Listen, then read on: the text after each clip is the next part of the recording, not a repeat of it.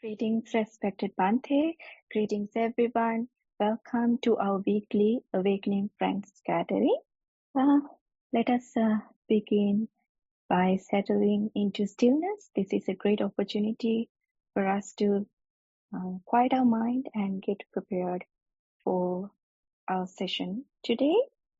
Bhante, may we now invite you to guide us in a 10-minute sitting mindfulness session. Good evening, everyone. So let's join for a sitting session, and feel free to turn on video and join more actively. So what are we going to do? We are going to adjust our posture and make sure that we are balanced and comfortable. You can keep your back straight, body balanced.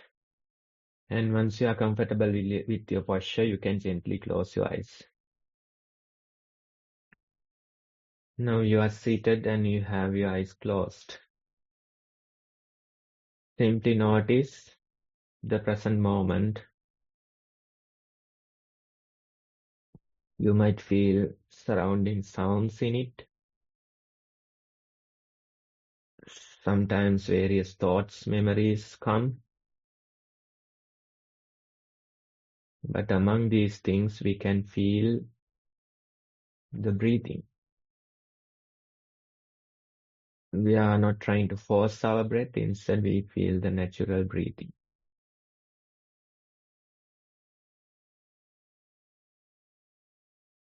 Let the sounds be. Let the thoughts come and go. Sleepiness, drowsiness, these things appear. Certain irritations, pain in your body might come. But among all these things, we know that we are breathing. Let us continue this awareness for a few more minutes.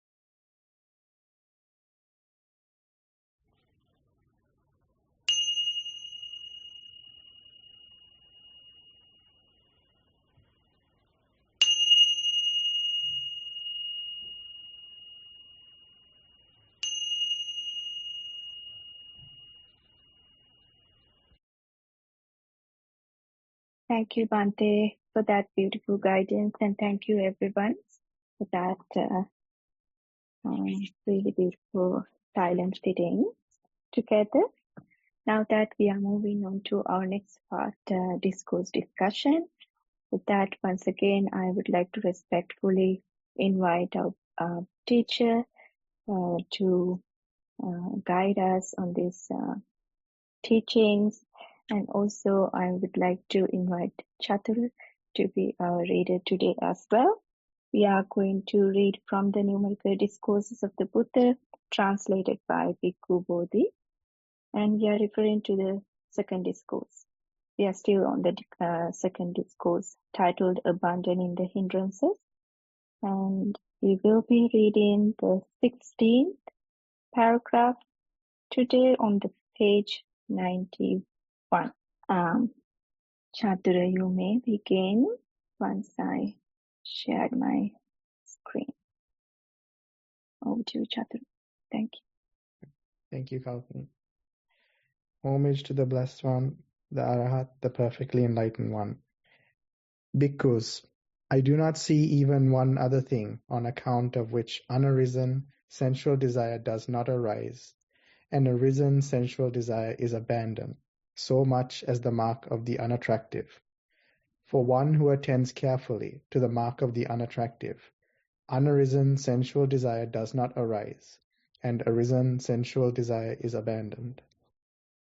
Yes, now this one, it's the 16th discourse in the second paragraph, second chapter, and it feels like a repeat discussion. Now, some of you might remember the very first discourse in the chapter of abandoning hindrances. We discussed a similar matter. But this is not just a dialogue, not just a discussion. Now, maybe like few weeks have passed since the initial discussion about the same things. And in between this time, you have been practicing meditation. You have been thinking, reflecting on these things. And in your daily encounters, you have been experiencing similar matters. Then again, after a while, we come to the same topic and we discuss the same topic. And when you do that, you perceive it in a different way.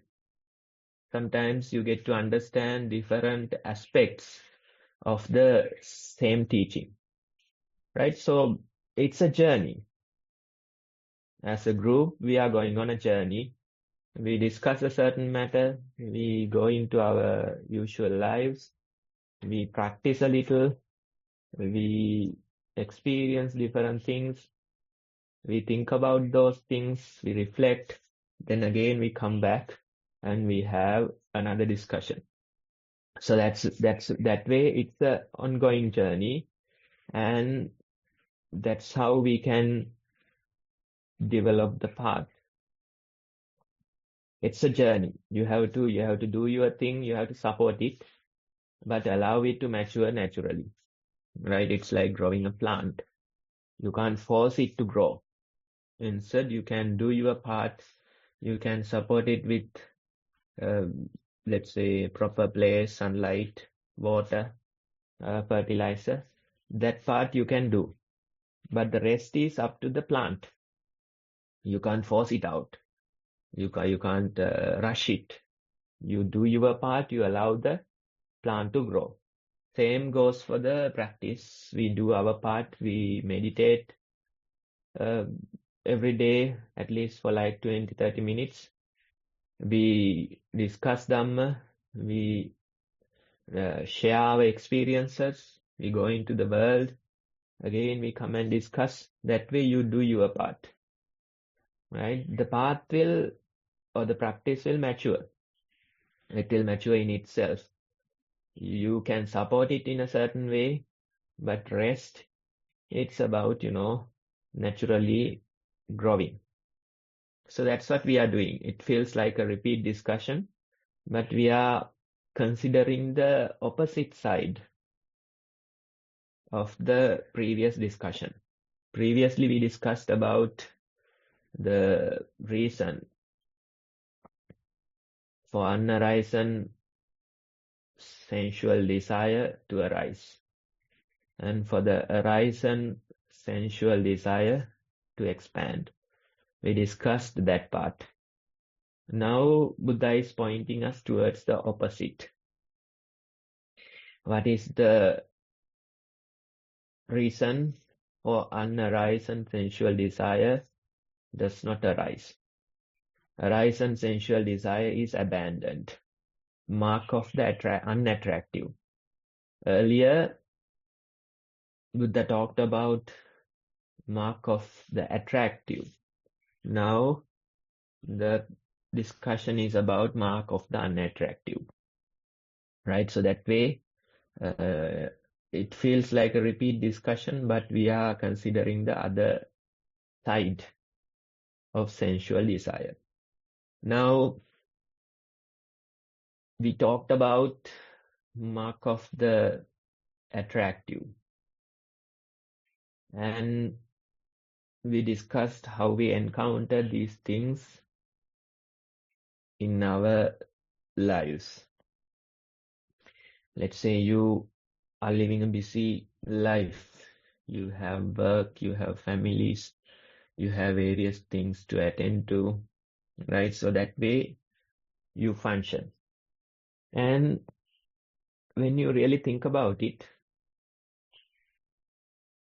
if you ask the question, what do you really need? Or what do you really want in life? That type of a question, many people, it takes them with a shock. Although they have been living for decades, they don't really know what they really want. They haven't thought about it. Right? So they are taken by shock. They can't figure out an answer quickly. Right? So that way it's in a way it's good to think about your life and ask the question, what do you really want? Why are you doing all these things? What is the end goal of it? You go to work, you raise a family, you go to social gatherings, you have certain other hobbies, things that you do. Out of all these things, what do you really want? That's more like a deep question that you can ask, right? That way, in a way, it's good to reflect.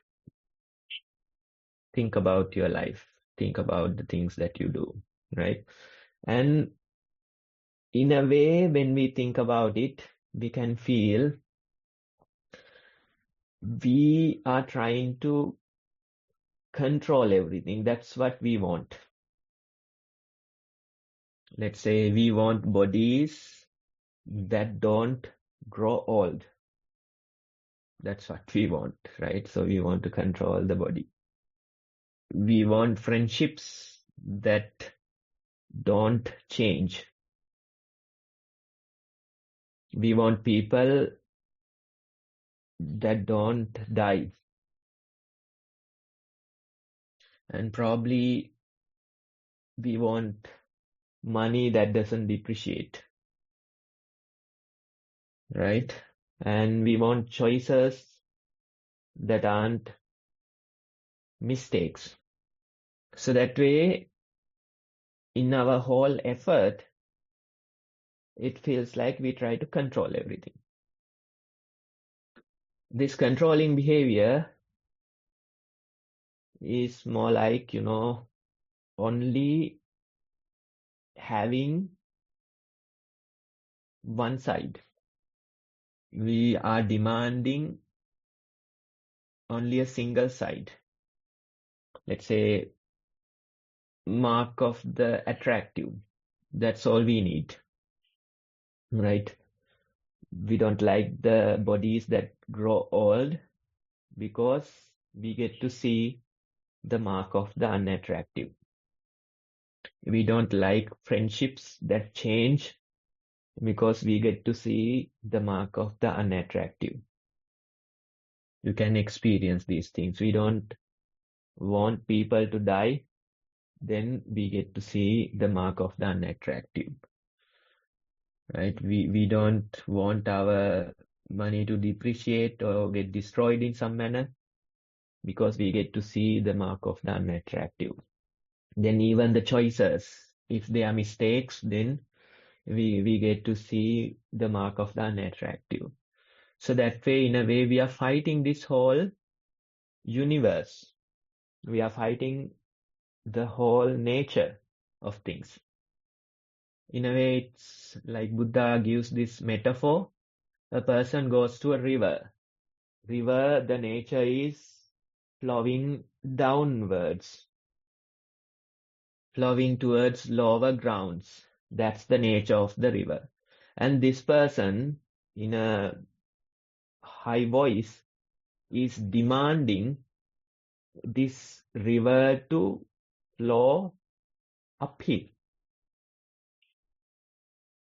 Demanding the river to flow upwards. No matter how much this person demands, no matter how much of a struggle he goes through, still the nature of the river is flowing downhill, downwards. Your demanding won't do any change. That's how it works, right? So in our lives also, we do the same type of a demanding. We only want to experience the mark of the attractive. We don't like the mark of the unattractive. We prefer or we want to control everything. We want things, people to behave in the way we expect. In a way, you are the center of this whole universe, right? You think everything revolves around you. But the reality, but the nature will prove you wrong. No matter how much you struggle, no matter how much you fight, still the river flows downwards. In a way, whether you like it or not, you get to see the mark of the unattractive. And when you see that, initially it comes as a shock. Some people, they get depressed. Some people, they become suicidal because they don't want to see this part. They don't want to see this reality. But time after time, nature keeps teaching us. Whether you listen or not, it's a different matter. But still, nature keeps teaching us. Again and again, various incidents teach you this lesson. And in this particular discourse, Buddha says, if you see it, if you attend to it carefully, then that's the reason for the unarisen sensual desire does not arise. For the arisen sensual desire is abandoned. You have to see it properly. You have to be open to that side. If you attend to the mark of the unattractive carefully, then that's the way. That's how you can abandon the sensual desire that's arisen. And it doesn't allow the unarisen sensual desire to arise. Right? So, in a way, it's not something that we have to force or chase. But instead, in the reality, if you keep your eyes open, you get to see this many times. Every day, you get many encounters to see the mark of the unattractive. When you travel, when you watch news, when you go on social media, you get to see this mark of the unattractive. But we would prefer keeping a blind side to it. We would prefer ignoring it. We would prefer overlooking it. That's how we have been functioning.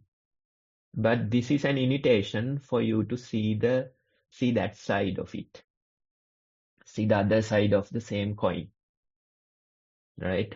It's the nature that teaches the lesson. It's not the Buddha, it's the nature. Nature keeps teaching us. Whether the Buddha is here or not, nature keeps teaching us. Whether we know the Dhamma or not, nature keeps teaching us. Buddha, simply his job is to reveal this nature. Dhamma is there.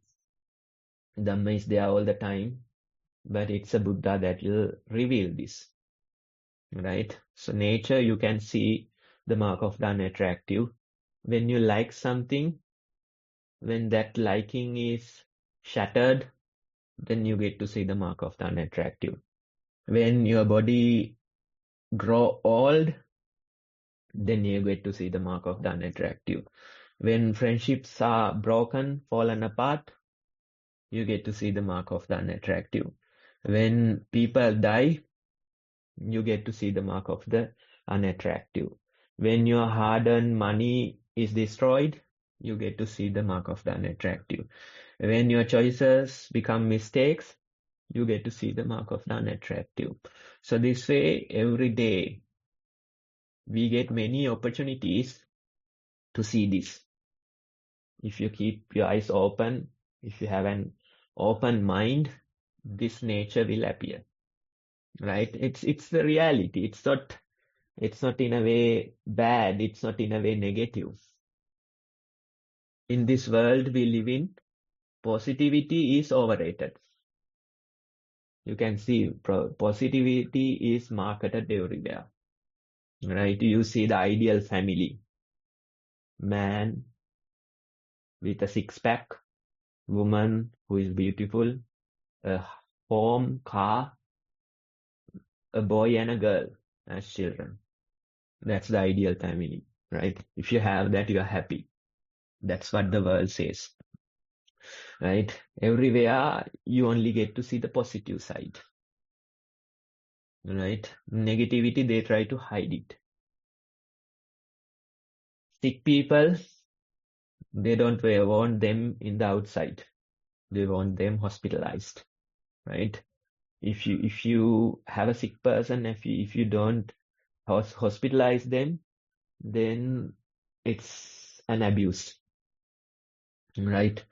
Then when you go crazy, you have to go into a facility. Homeless people, they can't be there out in the streets. It doesn't matter where they go, they can't be there, right? So that way, the whole world, whole society is trying to hide this part.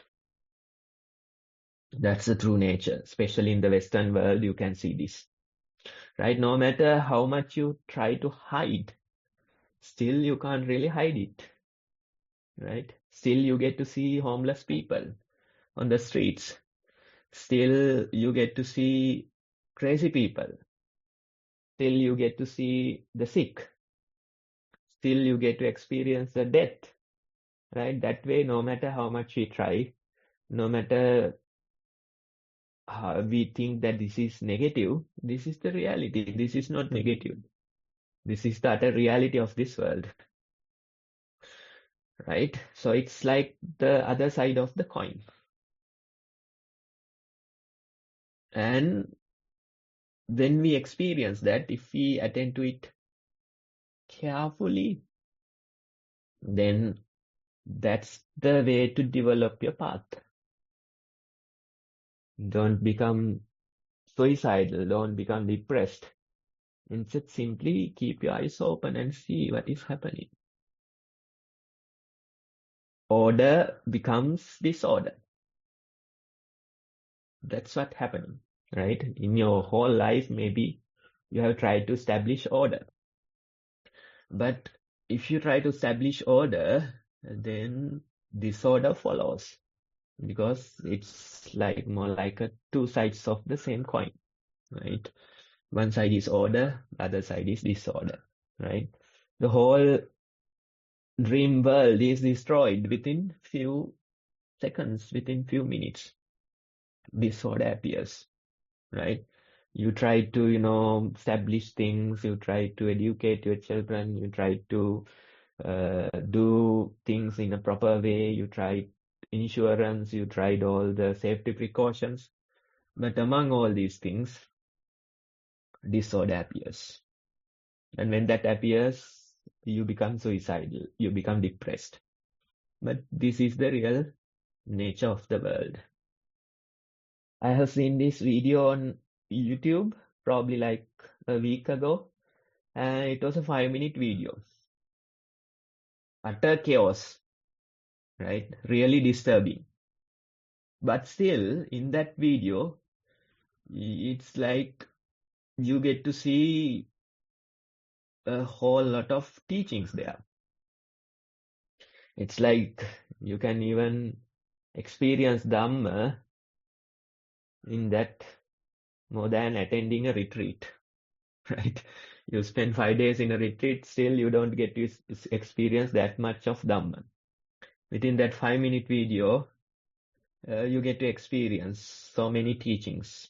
Utter chaos, really disturbing. But that's the reality of this world. It was like a drama, a dramatic situation.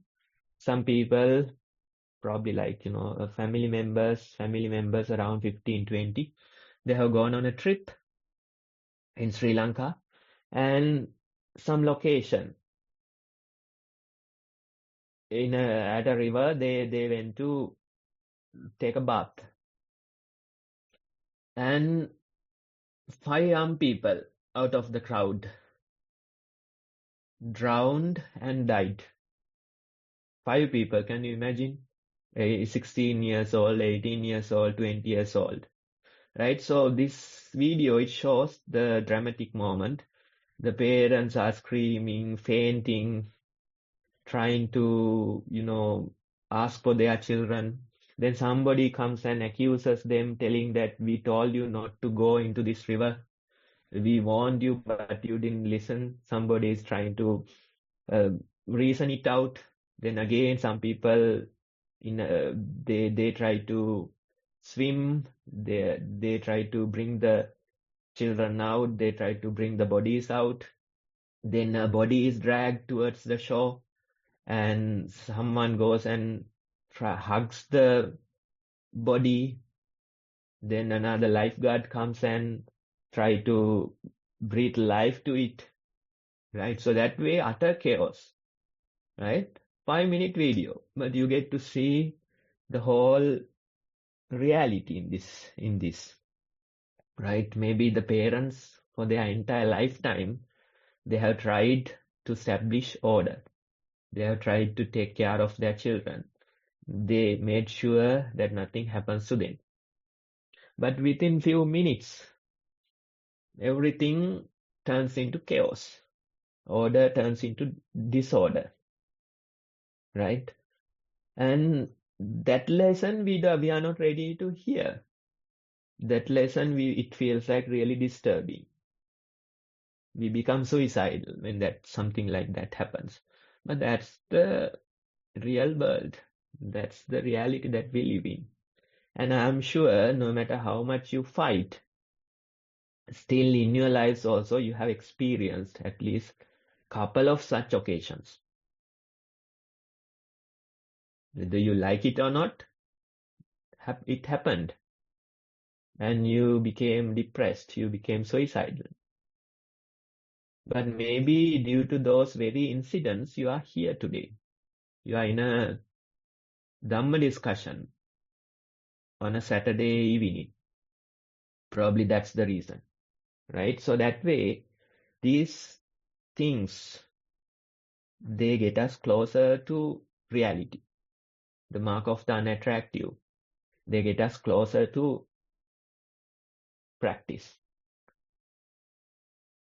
Buddha says that the reason for the people to progress in the practice, The reason is mark of the unattractive. If everything is attractive, if everything is pleasurable, if our life is ever pleasurable, then we don't progress in the path of the Dhamma.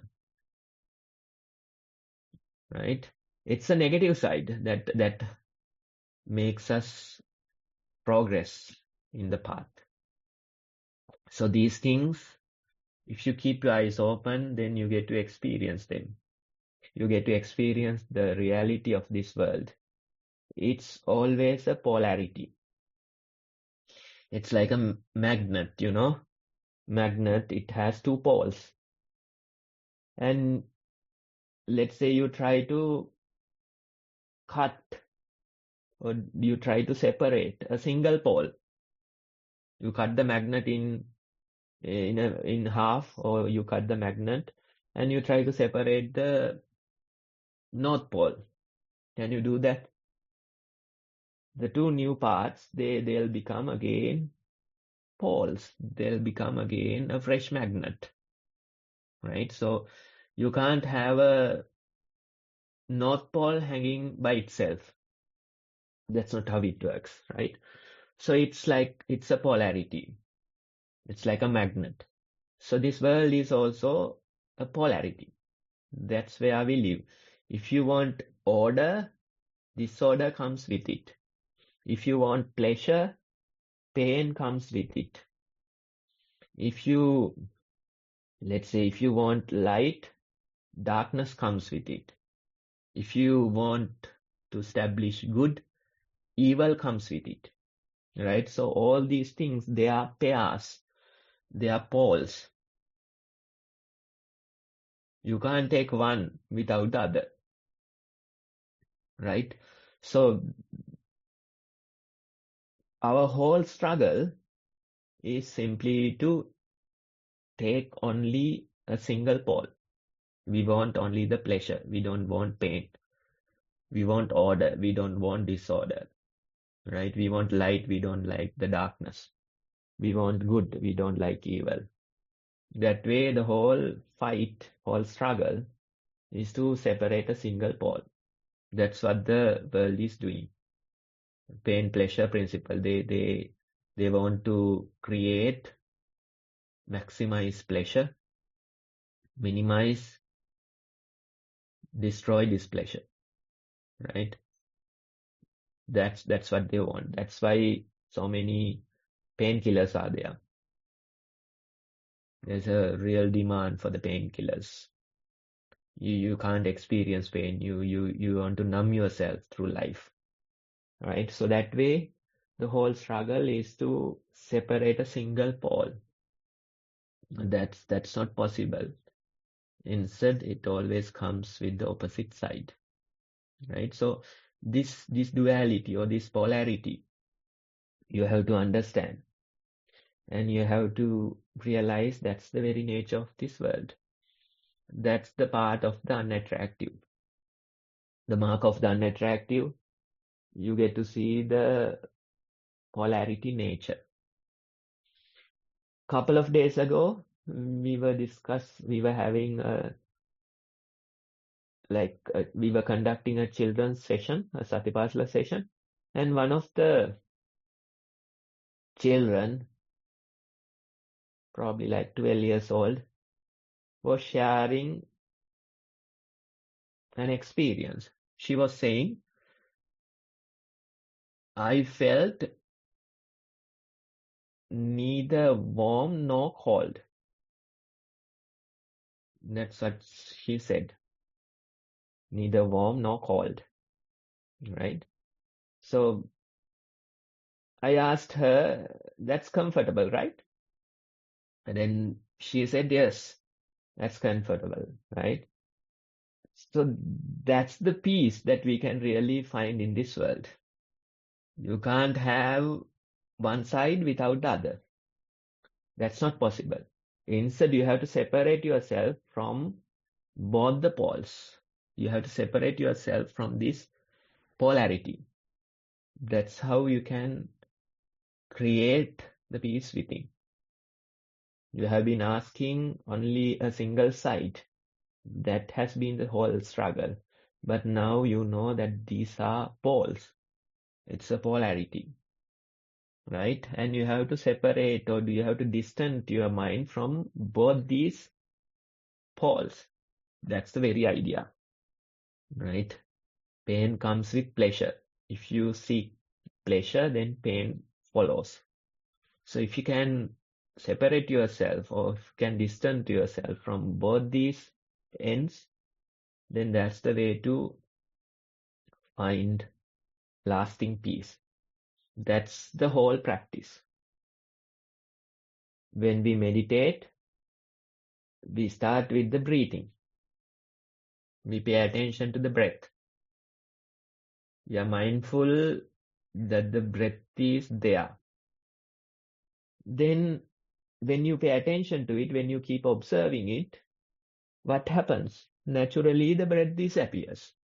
The other end comes. Earlier, you have been experiencing the presence of breath. Now you are experiencing the absence of breath, right? So it's like two extremes, two poles. And initially, we like the presence of breath. And when you mature into your meditation, you prefer the absence of breath. People say, I prefer emptiness in my practice. I want calm in my practice. The breath disappears. That's where my destination is. But it's not a destination, right? You have to understand these two are two poles, like fullness and emptiness. And when we talk about the idea of emptiness in Buddhism, sunyata, most people think that it's the absence of things.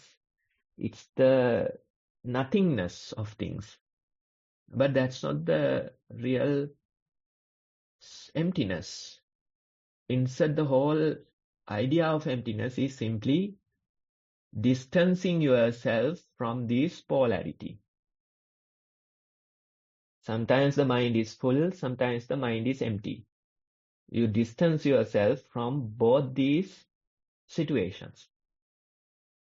Otherwise, if you attract towards one, then what happens is that you are happy when the mind is full, or you are happy when the mind is empty.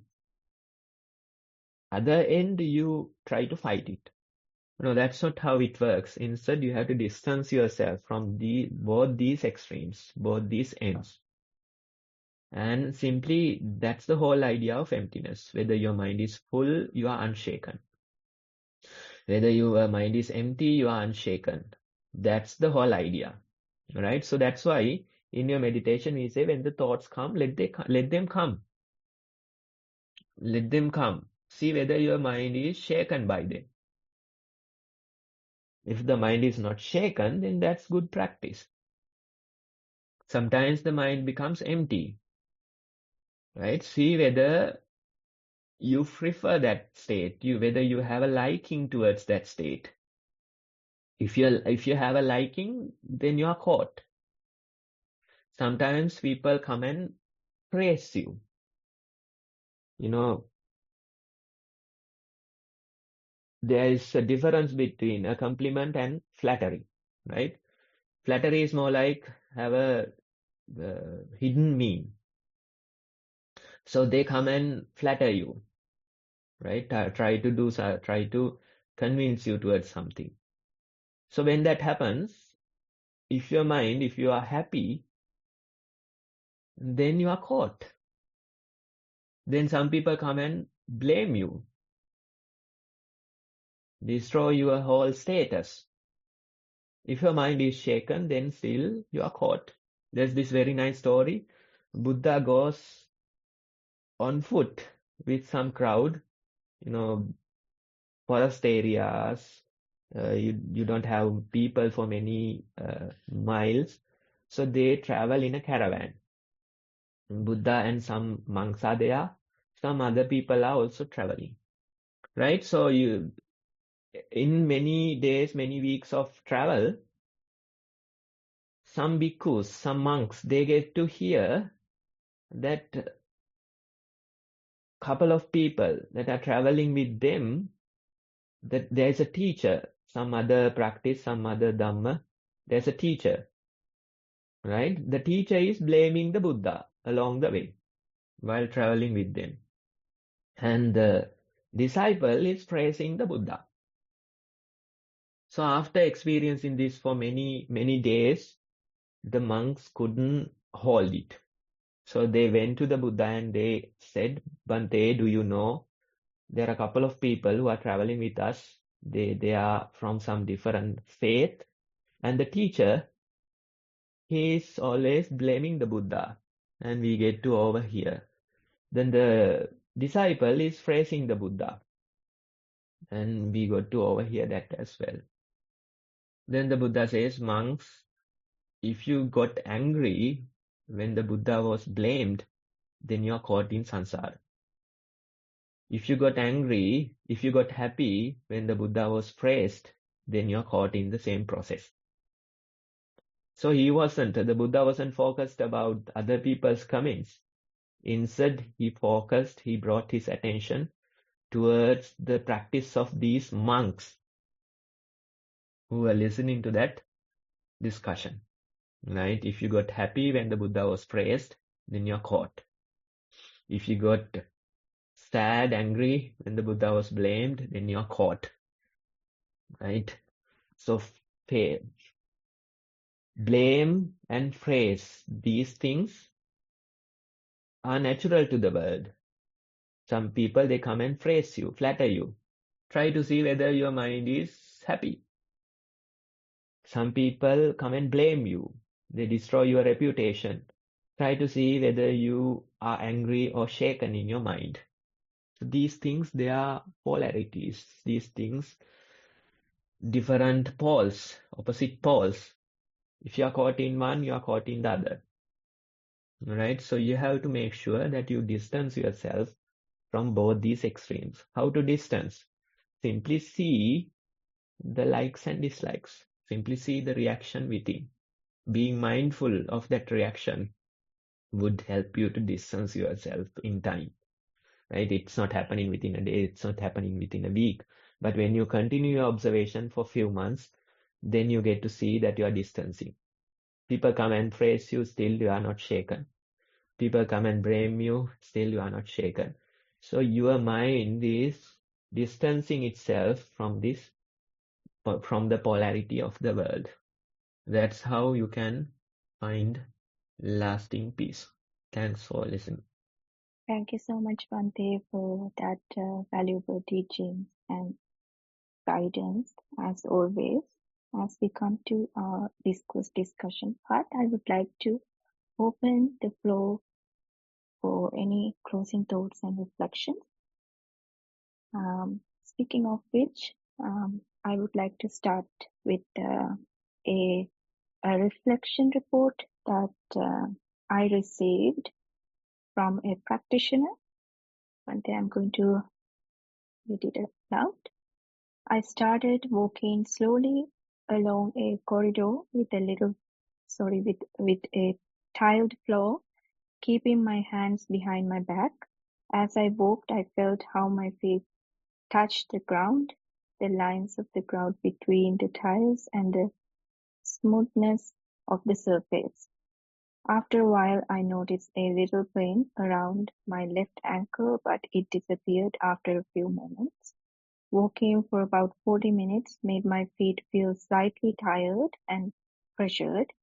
I also heard small sounds from my leg joints as moved, along with the various surrounding noises that sometimes caught my attention. When thoughts and imagination appeared, my mind followed them for a while, but each time I noticed I was distracted, I gently brought my attention back to the walking sensations. As I continued, I realized it became easier to stay aware of my body and movements. In the beginning, I was distracted often, but by the end of the session, my mind had become much steadier. I could observe several steps in a row without losing awareness. The end of the report. Yes, so walking practice. It's good to hear walking practice reports, because many people they don't do that much of walking.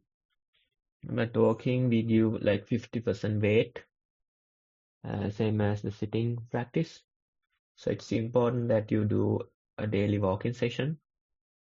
And you don't have to have a walking path. You can select some space where you can walk simply and continue for like 30 minutes or so. That way we do the walking, and that very walking practice will help you to be mindful in your daily life as well. Right? And in the experience, you can see you are experiencing different poles in your mind. Right? For example, when the mind is full of thoughts and when the mind is empty, right? So fullness and emptiness you are experiencing, right? And sometimes pain appears. Sometimes it becomes pleasurable. That way, again, two poles you are experiencing, right? So this way, time after time, it changes. And you simply continue your awareness through that process. That's the whole practice. And when you continue awareness, you can see initially your mind is shaken by these experiences. When the pain appears, it is shaken. When the pleasure appears, it prefers it. When the thoughts are there, it's really irritating.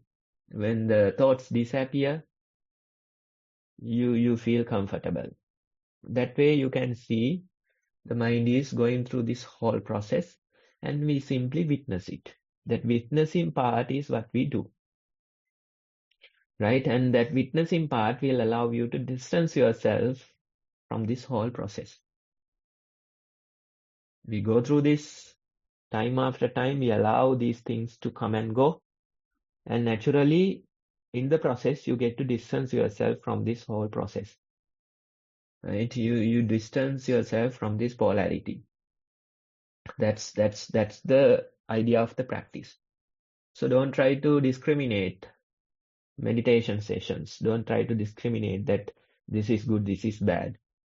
Simply allow whatever comes to be there. Simply see how you feel irritated, how you feel pleased, right? That way you continue through this experience, and as a result, when you do many hours of practice, you get to see that your mind is distancing itself. That comes as a result of the practice. What you can do is simply go to your walking, go to your sitting, do that practice. Do your daily practice, then go to your daily life and live. Again, tomorrow you do your daily practice. That way you continue, you support the path.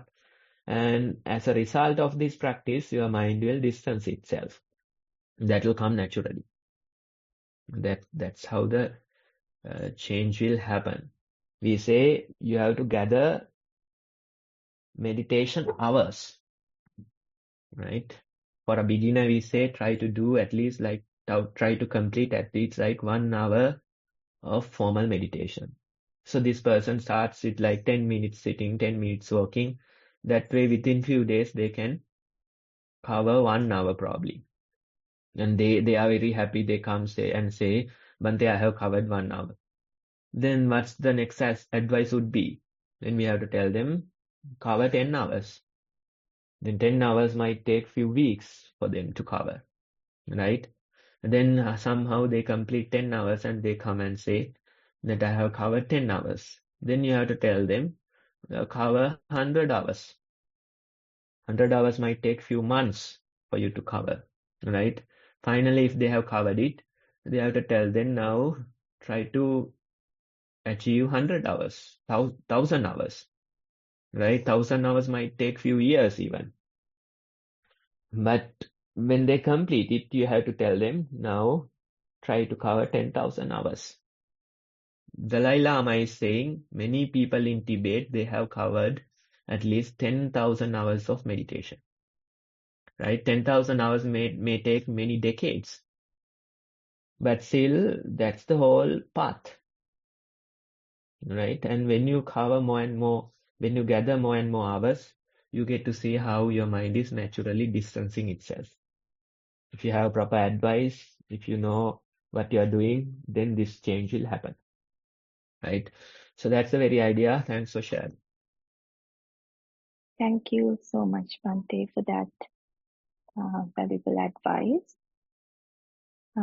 As we come to the end of our meeting time, I would like to take this opportunity to extend our gratitude to our teacher for his valuable teachings and presence in this session. As always, thank you so much, Bhante, and thank you very much, everyone, for your practice, for your presence and your valuable participation. We will meet again next week at the same time. Until then, take care.